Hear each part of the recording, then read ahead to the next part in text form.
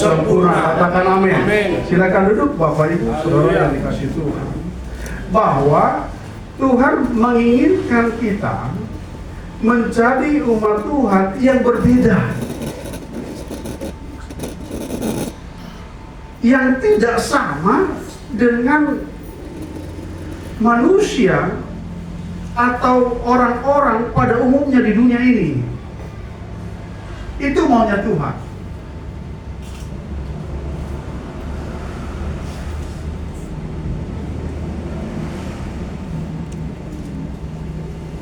Tetapi kita punya tantangan untuk menjadi berbeda dari orang-orang di dunia ini, karena kita punya kehidupan sebagai masyarakat sosial. Namun saya berharap Bapak Ibu, kita diberikan oleh Tuhan roh hikmat, sehingga kata firman kita menjadi orang yang memahami, mengerti betul mana yang utama, mana yang kudus, mana yang suci, mana yang benar bagi Tuhan di dalam hidup ini yang harus kita kerjakan. Saya berikan pengantar ini kepada kita agar kita memahami pentingnya sebuah nilai sebagai orang Kristen. Ada nilainya, ada harga yang mahal, harga yang tidak murah, harga yang bukan dibeli dengan emas, dengan uang atau dengan perak apapun. Nggak ada barternya, diganti, dibayar dengan dunia itu nggak akan bisa. Karena dunia dari isinya ini akan berlalu, tetapi nilai kita itu nggak akan pernah berlalu. Karena kita dibayar itu oleh darah Kristus. Kita dibayar itu oleh pengorbanan Yesus Kristus. Maka Tuhan menginginkan agar kita berubah. Dan kita berubah. Dan ketika kita benar-benar berubah menjadi orang yang bernilai, menjadi umat-umat Tuhan yang berkualitas. Umat-umat yang berkualitas itu enggak menjadi jemaat murahan. Yang dimaksud jemaat murahan adalah yang menggadaikan imannya karena sesuatu yang fana. Menggadaikan imannya, menggadaikan rohaninya, menggadaikan jiwanya kepada dunia. Itu adalah orang-orang yang tidak berkualitas. Tetapi Tuhan mau kita betul-betul menerima keadaan ini, bahwa engkau dan saya, kita semua adalah umat-umat yang terlahirkan bukan dari darah dan daging, tetapi oleh air dan roh. Dan kelahiran kita ini bukan lagi kelahiran secara jasmani, tetapi kelahiran secara rohani yang melingkupi akal pikiran. Haleluya. Haleluya.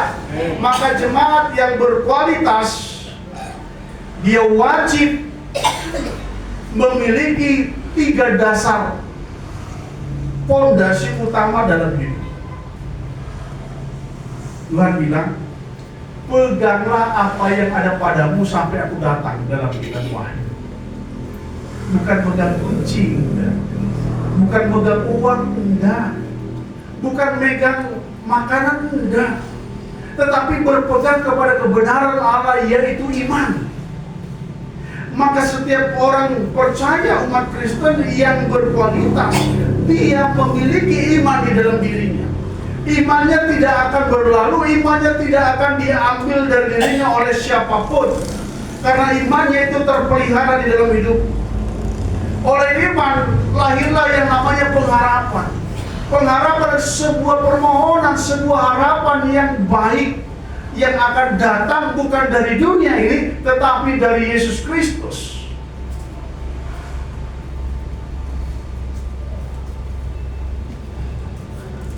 Saya berharap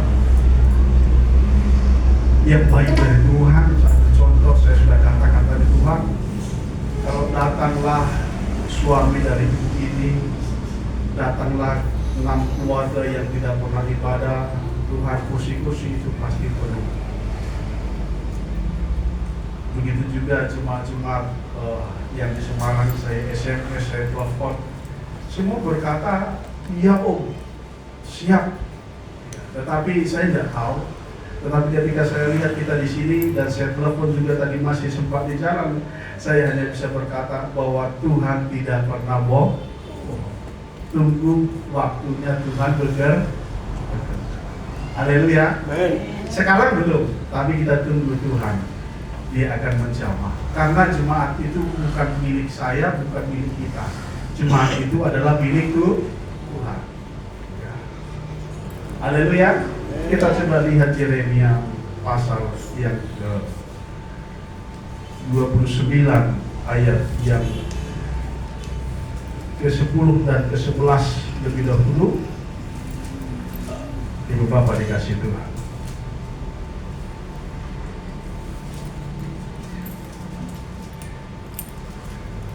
Yeremia 29 ayat 10 dan 11. Sebab beginilah firman Tuhan. Haleluya. Apabila telah genap 70 tahun bagi Babel, barulah aku memperhatikan kamu. Iya. Aku akan menepati janjiku itu kepadamu dengan mengembalikan kamu ke tempat ini. Iya. Sebab aku ini mengetahui rancangan-rancangan apa yang ada padaku mengenai kamu. Demikianlah firman Tuhan, yaitu rancangan damai sejahtera dan bukan rancangan kecelakaan, untuk memberikan kepadamu hari depan yang penuh harapan. Katakan amin. Amin. Katakan amin. Amin. Saya coba sampaikan dulu cerita atau sejarah daripada kitab Yeremia. Bahwa bangsa Israel dia dijajah oleh bangsa Babel.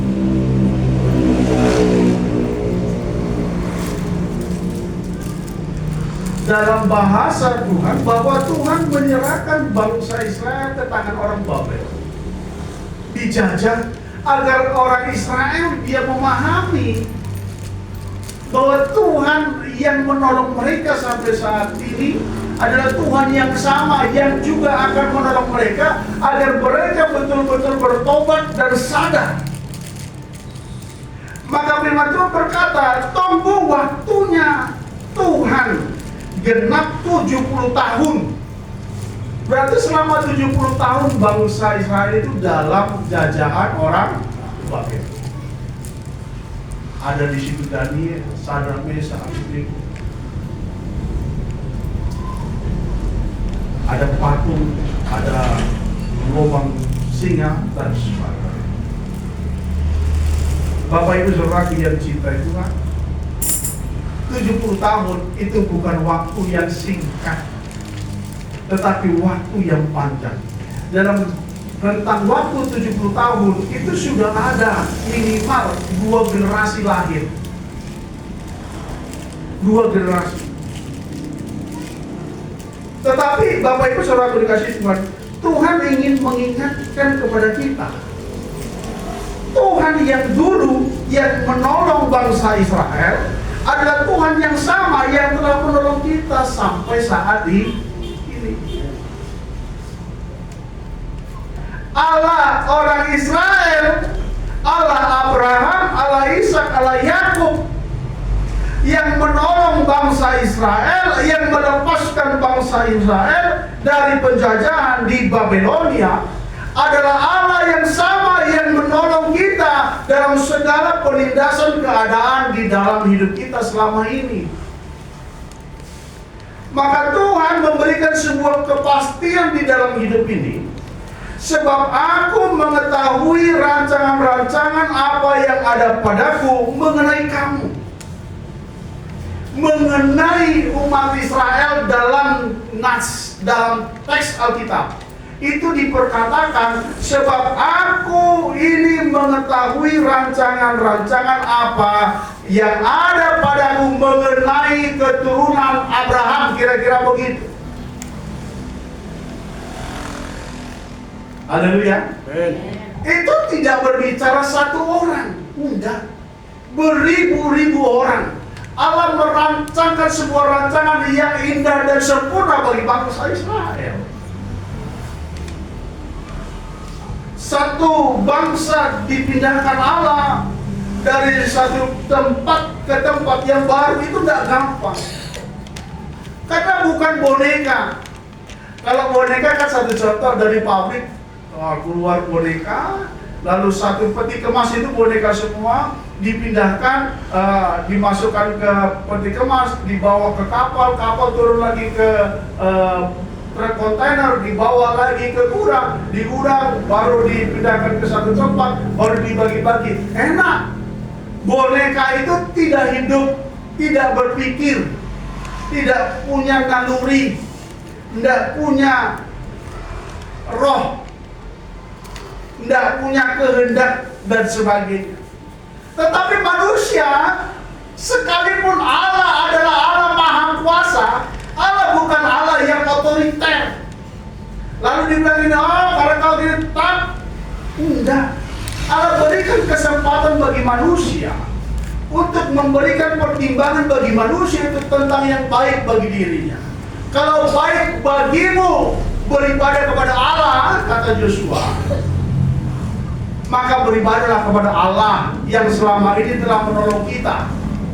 Tetapi aku, kata Joshua, dan seisi rumahku, kami akan beribadah kepada Allah. Itu bukan Allah yang berpesan kepada Joshua, tetapi secara roh bahwa manusia diberikan Allah kebebasan, kehendak yang bebas untuk memilih apa yang baik di dalam hidupnya. Haleluya. Paham sampai situ? Karena kita sudah memahami apa yang baik bagiku. Yang baik bagiku itu yaitu ketika aku memihak kepada Tuhan. Paham sampai situ? Kenapa aku memihak kepada Tuhan? Karena rancangan-rancangan yang ada pada Tuhan mengenai aku adalah rancangan, bukan kecelakaan. Jadi om, kalau terjadi musibah om, kecelakaan om, kira-kira Tuhan tahu nggak? Tuhan tahu.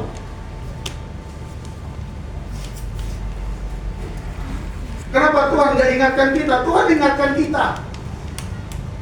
Tuhan kasih tahu sama kita. Cuman kan kita nggak bisa mendengar suara Tuhan karena apa tadi? Selama ini kita tidak mendekatkan diri kepada Tuhan. Kita menjauhkan diri daripada Tuhan dan kita lebih dekat kepada dunia. Om ini bicara orang lain, enggak. Saya pulang dari Beras Tagi ditabrak mobil saya itu sama Land Rover, parah. Pendeta juga kena, pendeta juga kena. Berarti om gak dengar suara Tuhan. Mungkin saya bisa berkata saya gak dengar suara Tuhan pada waktu. Tetapi sebelum saya pulang, saya dengar suara Tuhan karena saya ribut dulu dengan istri. Mau pergi gak? Mau pulang gak? Saya bilang, udahlah kita nginap di Beras Tagi lah, karena sudah malam. Saya bilang, jangan, sayang katanya. Udah nginaplah, udah sampai kita mandi air panas. Saya bilang, nginaplah, saya bilang. Gak usah sayang tadi, nginap katanya. Ini ada mawar saksinya. Ribut sama istri saya. Pulang, pelan-pelan, saya nggak ngabut, pelan-pelan. Karena semua tidur, saya juga capek kan. Pelan-pelan nih, lewat sembari simpang Namo Rambe itu ke kanan nih. Dia bar, katanya, mobil maju ke depan. Tentu kalau lagi maju didorong kuat pasti wah, mawar soal Zabna di depan tercampak dia.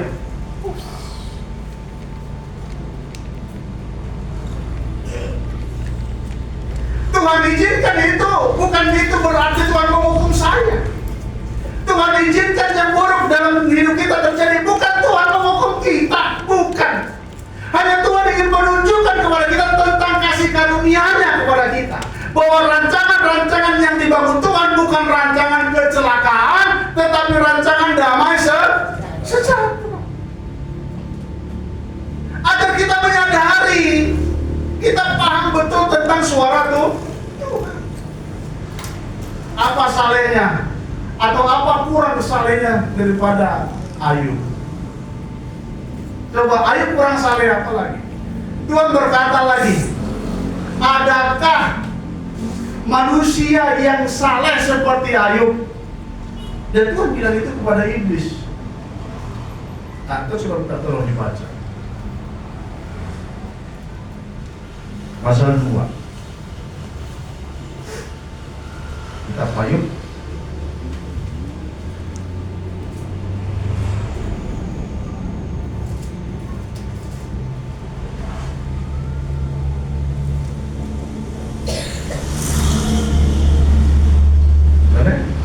Coba kita tolong Bapak Ibu. Ayub pasal 2 ayat pertama.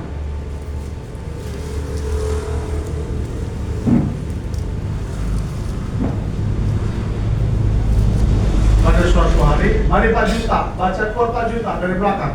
Ini Ayub pasal 2 ayat 1. Pada suatu hari datanglah anak-anak Allah menghadap Tuhan, dan di antara mereka datang juga iblis untuk menghadap Tuhan. Terus, Maka bertanyalah Tuhan kepada iblis, dari mana engkau?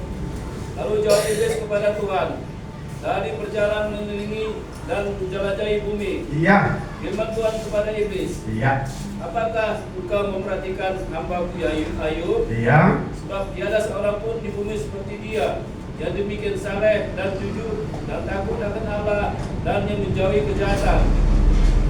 Dia tetap tekun dalam kesalehannya, meskipun engkau telah mengujuk aku melawan dia untuk mencelakakannya tanpa alasan. Cukup, sampai situ dulu. Kalau kita melihat firman Tuhan, sepertinya Tuhan itu bersepakat dengan iblis. Tetapi lihat kata-katanya, adakah manusia di bumi seperti Ayub yang begitu tekun dalam kesalehannya?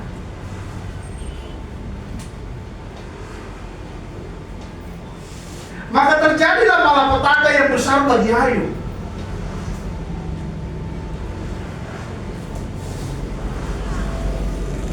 Kalau barang hilang rusak bisa diganti.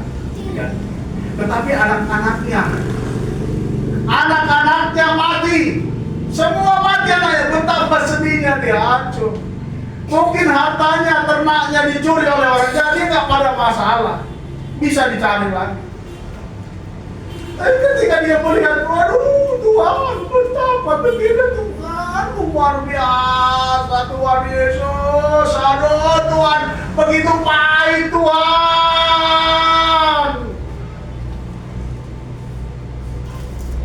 Istrinya tidak memberikan kekuatan dan menghibur. Masihkah kau beribadah kepada Allah yang begitu keras kepada Allah? Lalu Ayub berkata, apakah kita beribadah kepada Tuhan karena yang baik saja? Lalu kalau datang yang tidak baik, kita tidak beribadah kepada Tuhan.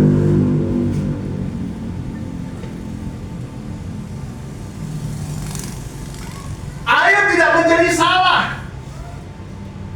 Ayub tidak menjadi berdosa karena perkataannya. Tetapi Ayub memuliakan Allah, terpujilah Allah. Allah yang agung, Allah yang ajaib, Allah yang besar, Allah yang kekal. Karena Allah yang memberi, maka terpujilah Allah. Allah pula yang mengambil apa yang dia beri. Sebab aku terlahir ke dunia ini dengan telanjang, tidak membawa apapun, dan aku akan kembali kepada Engkau Allah dengan telanjang, tidak membawa apapun. Apakah Ayub berdosa?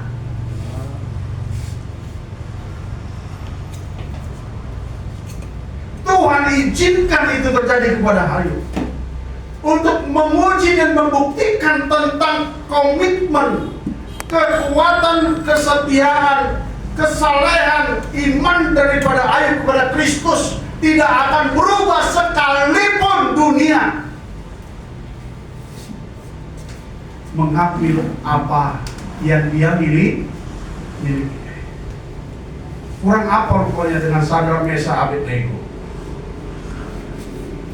Nebukadnezar berkata, semua rakyatku, siapapun, keturunan bangsa-bangsa lain yang dalam penjajahan atau kekuasaanku, Ketika ditiup trompet, maka semua harus sujud menyembah patung.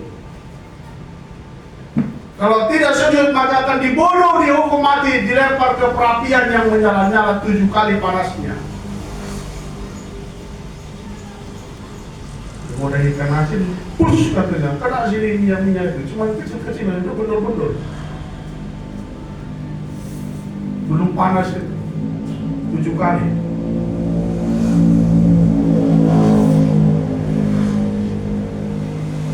Ada Mesa Abednego berkata, terpujilah Allah.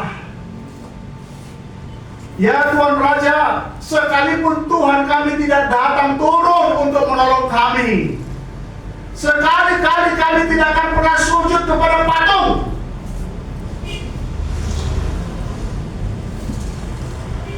Apakah Allah itu tidak tahu? Allah tahu itu. Kenapa Allah tidak menolong mereka? Kenapa Allah tidak menghalangi mereka?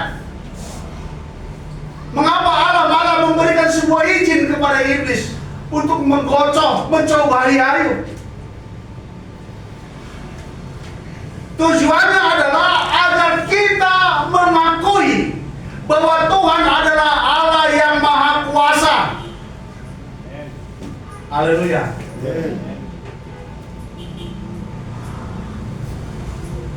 Nanti kita coba pakai bahasa Tuhan ya. Kita coba buka Ulangan.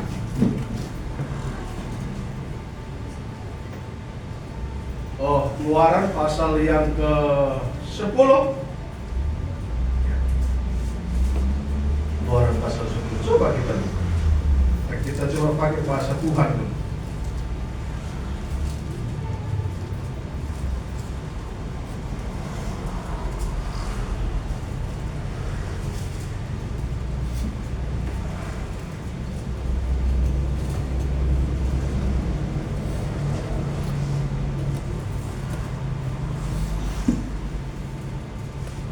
Oke.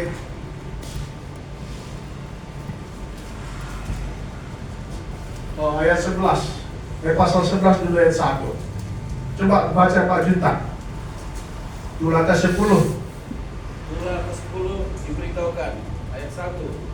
Berfirmanlah Tuhan kepada Musa, aku akan mendatangkan satu ulah lagi bangsa atas Firaun dan atas Mesir. Setelah itu ia akan membiarkan kamu pergi dari sini. Iya. Apabila ia membiarkan kamu pergi, ia akan benar-benar mengusir kamu dari sini.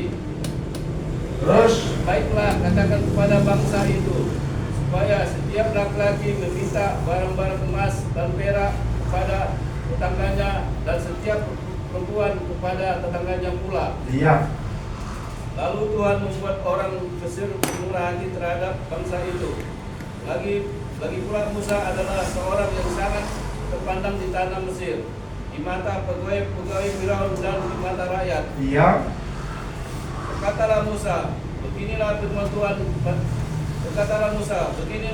Tuhan, pada waktu tengah malam aku akan berjalan dari tengah-tengah Mesir. Iya. Maka tiap-tiap anak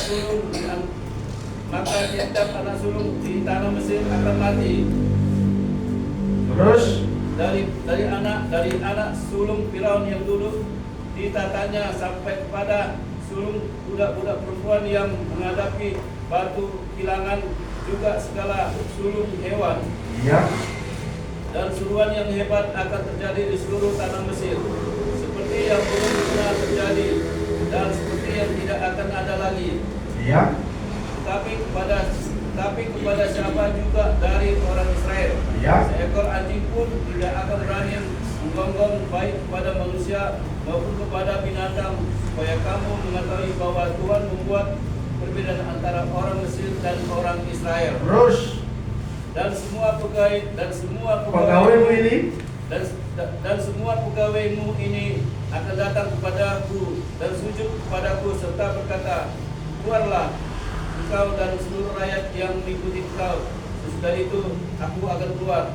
Lalu Musa meninggalkan Firaun dengan bara yang menyala-nyala.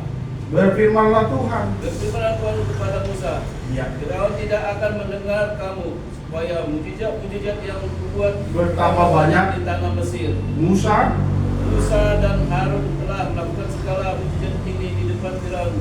Tetapi Tuhan mengeraskan hati Firaun sehingga tidak membiarkan orang Israel pergi dari negerinya. Cukup.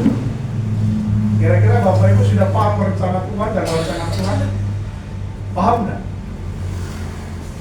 Aku ingin menunjukkan kekuasaanku dengan mengadakan banyak mujizat.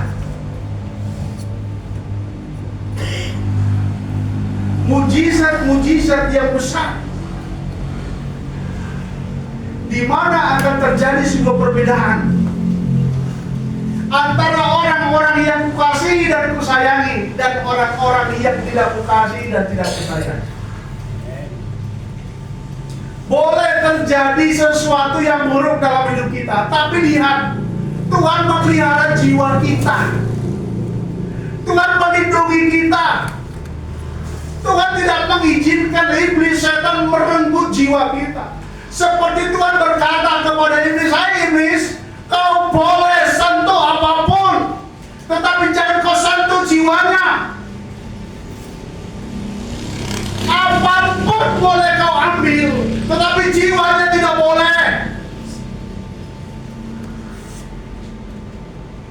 Banyak hal yang buruk, banyak hal yang tidak sesuai dengan harapan kita. Tetapi bukan artinya Tuhan menghukum kita. Bukan karena kita berdosa lalu Tuhan mengizinkan malapetaka, Tuhan mengizinkan kesusahan, Tuhan mengizinkan sesuatu yang tidak baik dalam hidupmu. Bukan karena kau berdosa. Tuhan sudah kasih contoh bagaimana Ayub, bagaimana Nuh, bagaimana Lot, bagaimana Abraham, bagaimana Sadrach, Meshach, Abednego dan Daniel. Apakah mereka orang berdosa? Tidak. Tetapi itu Tuhan izinkan kepada mereka agar banyak orang memuji dan memuliakan Tuhan Allah yang Maha Besar, karena mujizat-mujizatnya yang begitu besar yang membedakan antara orang benar dan orang berdosa. Maka Tuhan berkata kepada kita dalam kitab Yeremia ini, "Aku mengetahui rancangan-rancangan apa yang ada padamu." Haleluya. Haleluya. Terpuji Tuhan.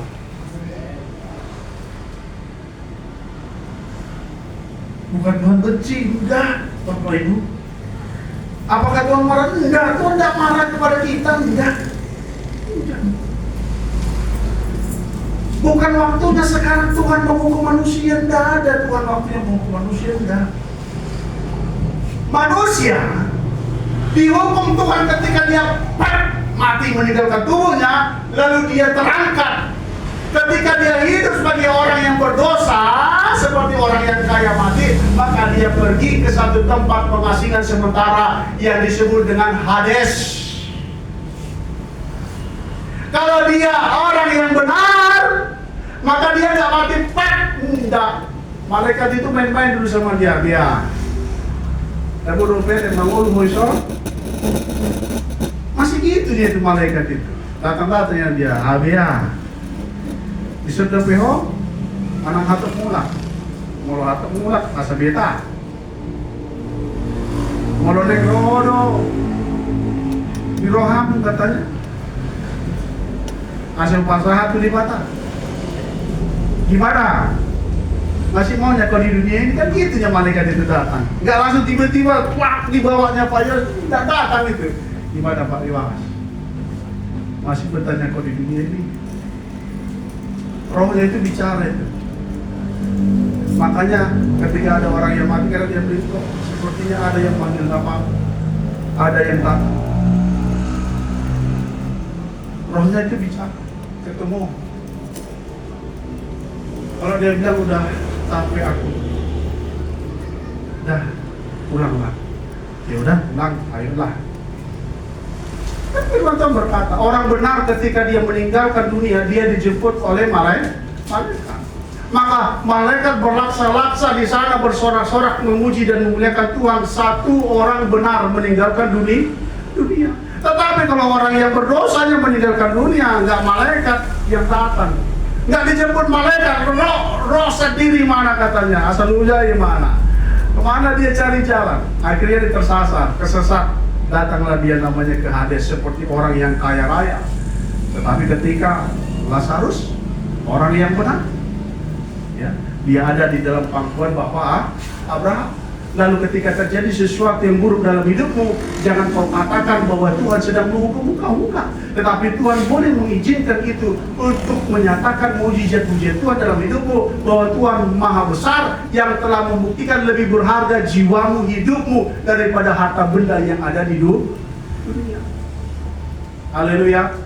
Haleluya. Maka Tuhan berkata, ingatlah bahwa aku mengetahui rancangan-rancangan apa yang ada padaku mengenai kamu. Rancangan-rancangan apa yang ada padaku mengenai kamu.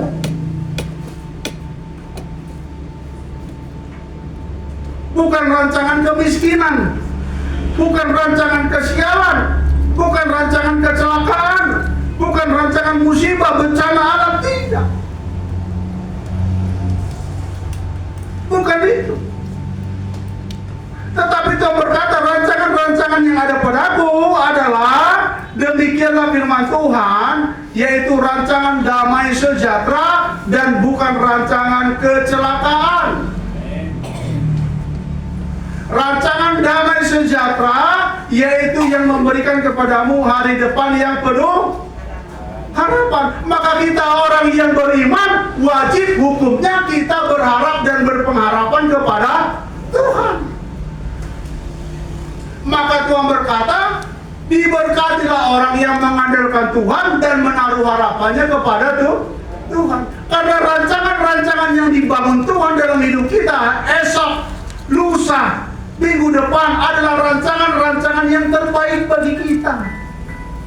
Kalau terjadi pun sesuatu yang buruk bagi kita, kita hanya melihat diri kita sendiri tentang yang disebut dengan introspeksi diri. Kalau orang saleh ini dicobai, apalagi orang yang berdosa. Kalau orang saleh aja mengalami sebuah kesusahan, apalagi orang yang berdosa. Tetapi orang yang saleh mengalami kesusahan, jiwanya terpelihara. Haleluya. Jiwanya terpelihara. Maka orang yang berharap kepada Tuhan, kata firman Tuhan, dia tidak berharap untuk kehidupan masa ini saja, tetapi dia berharap tentang kehidupan yang besar dan yang mulia, yaitu tentang kehidupan yang kekal. Haleluya. Haleluya. Lalu bangsa Israel dia jatuh ke tangan Nebukadnezar. Itu bukanlah rencana dan rancangan Tuhan, tidak. Itu Tuhan izinkan agar umat Israel menyadari bahwa selama ini mereka telah menjauh dari Tuhan. Dia telah menjauh dari Tuhan. Dia menjauh dari Tuhan. Hidupnya tidak lagi peka akan suara Tuhan. Segala ketetapan-ketetapan Allah, segala firman-firman Allah tidak ada lagi melekat di dalam hidup mereka. Haleluya. Saya minta waktu 10 menit lagi.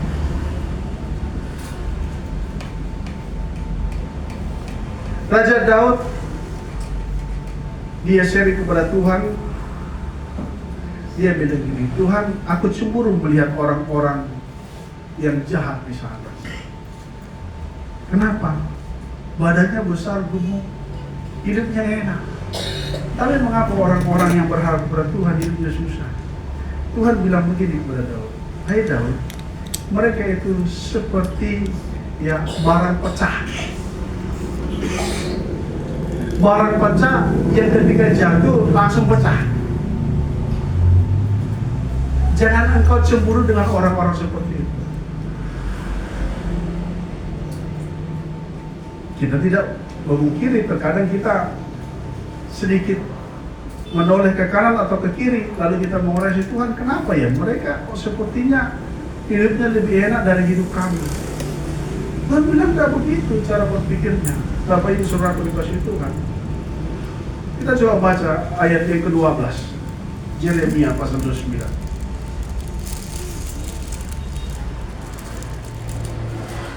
Ya, tolong Pak, dibaca. Yeremia 29 ayat 12. Iya. Dan apabila kamu berseru dan datang untuk berdoa kepadaku, Ayat. maka aku akan mendengarkan kamu. Amin. Katakan amin Pak. Semangat Bapak Ibu. Haleluya. Saya semangat ini. Penuh berapi-api dengan ungkapan. Dan apabila kamu berseru dan datang untuk berdoa kepadaku, Tuhan bilang, aku menutup telinga? Tidak. Maka aku akan mendengarkan kamu.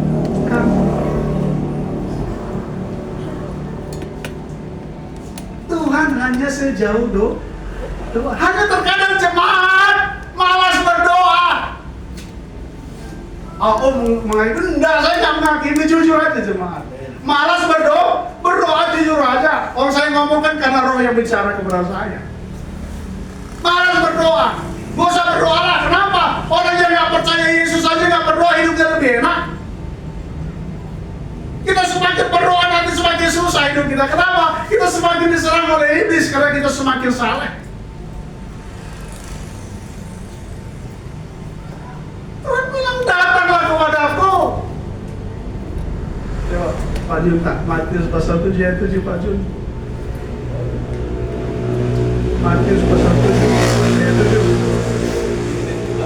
Iya, Matius pasal 7 ayat 7. Iya. Matius pasal Iya. 7. Hal pengampunan doa. Matius 7 ayat 7. Iya. Mintalah, maka akan diberikan kepadamu. Amin. Carilah, maka kamu akan mendapat. Ketoklah, maka pintu akan dibukakan bagimu. Katakan amin.